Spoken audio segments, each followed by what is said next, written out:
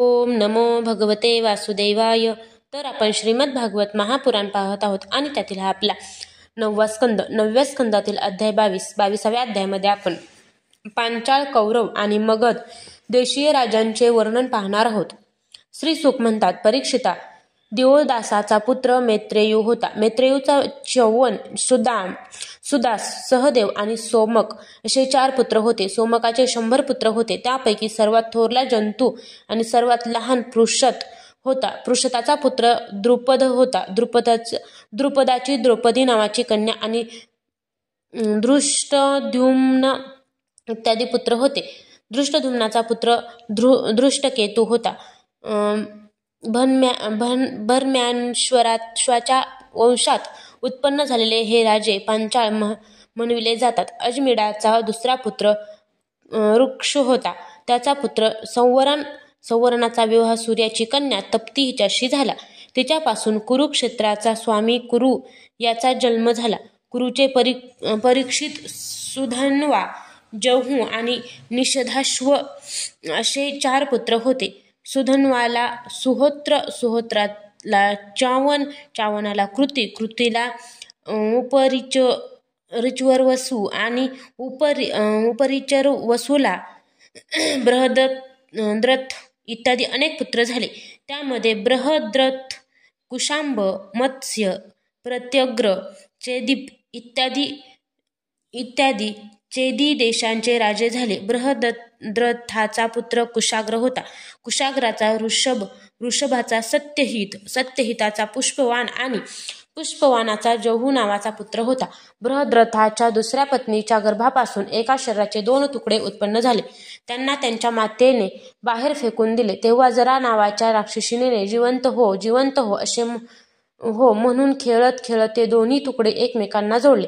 त्या जोडलेल्या बालकाचे नाव जरासंध झाले होते. जरासंधाचा पुत्र सहदेव, सहदेवाचा सोमापी आणि सोमापीचा पुत्र श्रुतश्रवा झाला. कुरुचा ज्येष्ठ पुत्र परीक्षित यालाही काही संतान झाले नाही. जहूचा पुत्र सुरथ होता. सुरथाचा विदुरथ, विदुरथाचा सार्वभौम, सार्वभौमाचा जयसेन, जयसेनाचा राधिक आणि राधिकाचा पुत्र अयुत होता. अयुताचा क्रोधन, क्रोधनाचा देवातिथी, देवातिथीचा ऋष्य, ऋष्याचा दिलीप आणि दिलीपाचा पुत्र प्रतीक, प्रतीपाचे देवापी, शंतनू आणि बाल्हिक असे 3 पुत्र होते. देवापी आपल्या पित्याचे राज्य सोडून वनात निघून गेला, म्हणून त्याचा लहान भाऊ शंतनू राजा झाला. पूर्वजन्मी शंतनूचे नाव महाभीष असे होते. तो ज्या वृद्धाला आपल्या हाताने स्पर्श करी तो तरुण होऊन त्याला पूर्वीसारखाच आनंद मिळत असे. याच अद्भुत शक्तीमुळे त्याचे नाव शंतनू पडले. एकदा शंतनूच्या राज्यात 12 वर्ष इंद्राने पाऊस पाडला नाही. यावर ब्राह्मण शंतनूला म्हणाले, तू थोरला भाऊ देवापी त्याच्या अगोदर विवाह करून अग्निहोत्र स्वीकारलेस म्हणून तू परिवेत्ता आहेस. यामुळेच तुझ्या राज्यात पाऊस पडत नाही. आता जर तुला आपले नगर, आपले आणि राष्ट्र याची उन्नती पाहिजे असेल तर ताबडतोब मोठ्या भावाला राज्य परत दे. जेव्हा ब्राह्मणांनी शंतनूला असे सांगितले तेव्हा त्याने वनात जाऊन देवापीला राज्य स्वीकारण्याची विनंती केली. परंतु शंतनूचा मंत्री अश्वमरात त्याने अगोदरच त्याच्याकडे काही ब्राह्मण असे पाठविले होते की त्यांनी वेदांना दूषण देणाऱ्या वचनांनी देवापीला वेदमार्गापासून परावृत्त केले होते. त्यामुळे तो वेदांची निंदा करू लागला. म्हणून तो राज्याधिकाराला अपात्र ठरला आणि मग शंतनूच्या राज्यात पाऊस पडला. देवापी अजूनही योग साधना करीत कलापग्रामात राहत आहे. जेव्हा कलियुगात चंद्रवंशाचा नाश होईल तेव्हा सत्ययुगाच्या प्रारंभी तो त्याची पुन्हा स्थापना करील. शंतनूचा लहान भाऊ बाल्हिक याला सोमदत्त पुत्र झाला. सोमदत्ताला भूरिश्रवा आणि शल असे 3 पुत्र झाले. शंतनूपासून गंगेला नैष्ठिक ब्रह्मचारी भीष्म नावाचा पुत्र झाला. तो सर्व धर्म जाणणाऱ्यात अग्रगण्य भगवंताचा भक्त आणि परमज्ञानी होता. तो वीर समूहांचा अग्रगण्य नेता होता. त्याने आपले गुरु परशुराम यांना सुद्धा युद्धात पराक्रमाने संतुष्ट केले होते. शंतनूला दाश राजाची कन्या सत्यवतीपासून 2 पुत्र झाले. चित्रांगद आणि विचित्रवीर्य. चित्रांगद नावाच्या गंधर्वाने मारले.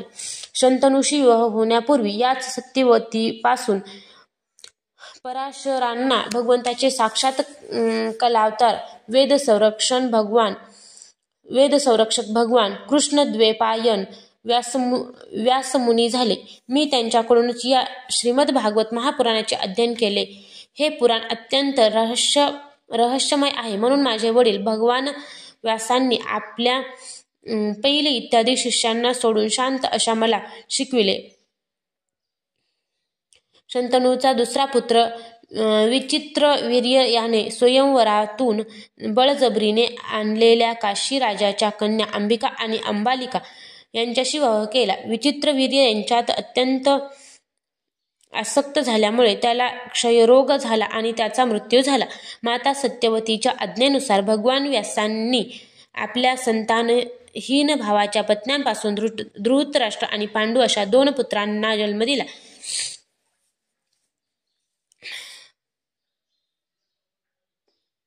तसेच त्यांच्या दासीपासून विदुराला जन्म दिला.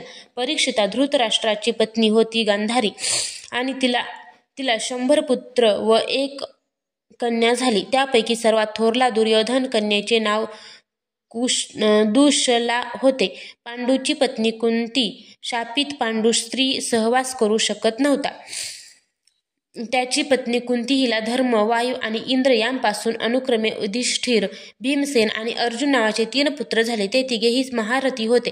पांडूंच्या दुसऱ्या पत्नीचे नाव माद्री असे होते. दोन्ही अश्विनी कुमारांपासून तिला नकुल आणि सहदेव असे 2 पुत्र झाले.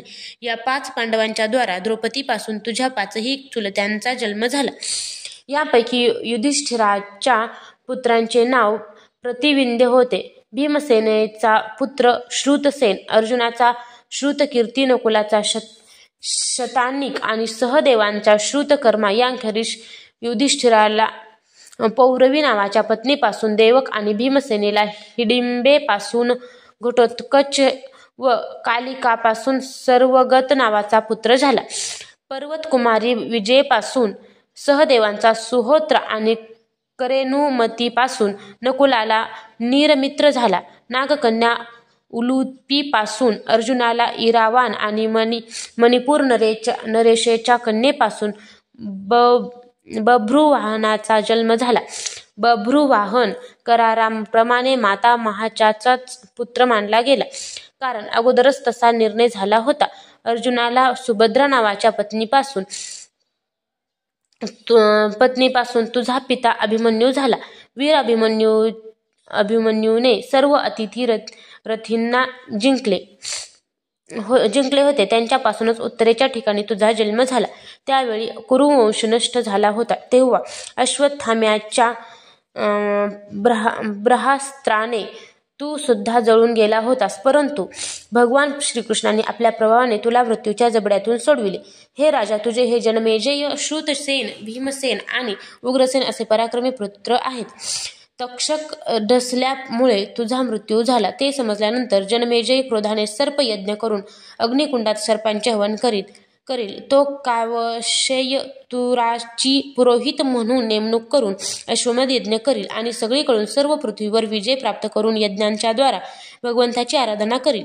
हे राजा, जनमेजयाचा पुत्र शतानिक होईल. तो याज्ञवल्क्य ऋषींपासून 3 वेदांचे आणि कर्मकांडांचे तसेच कृपाचार्याकडून अस्त्रविद्येचे शिक्षण प्राप्त करील आणि शौनकाकडून आत्मज्ञान संपादन करून परमात्म्याची प्राप्ती करून घेईल.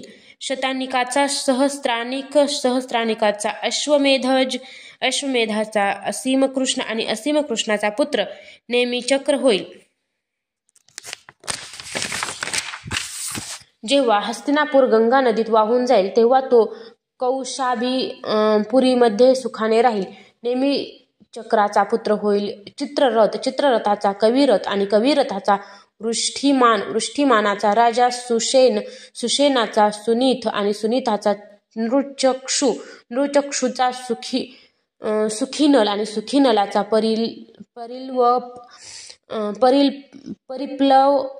परिप्लवाचा सुनय आणि सुनयाचा मेधावी, मेधावीचा नृपंजय, नृपंजयाचा दुर्व आणि दुर्वाचा पुत्र तिमी होईल.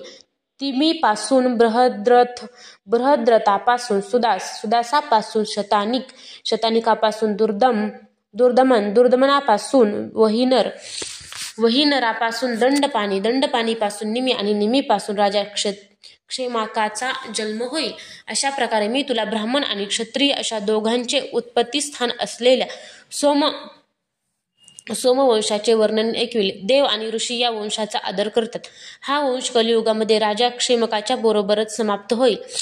आता मी भविष्यात होणाऱ्या मगध देशांच्या राजाचे वर्णन करून सांगतो.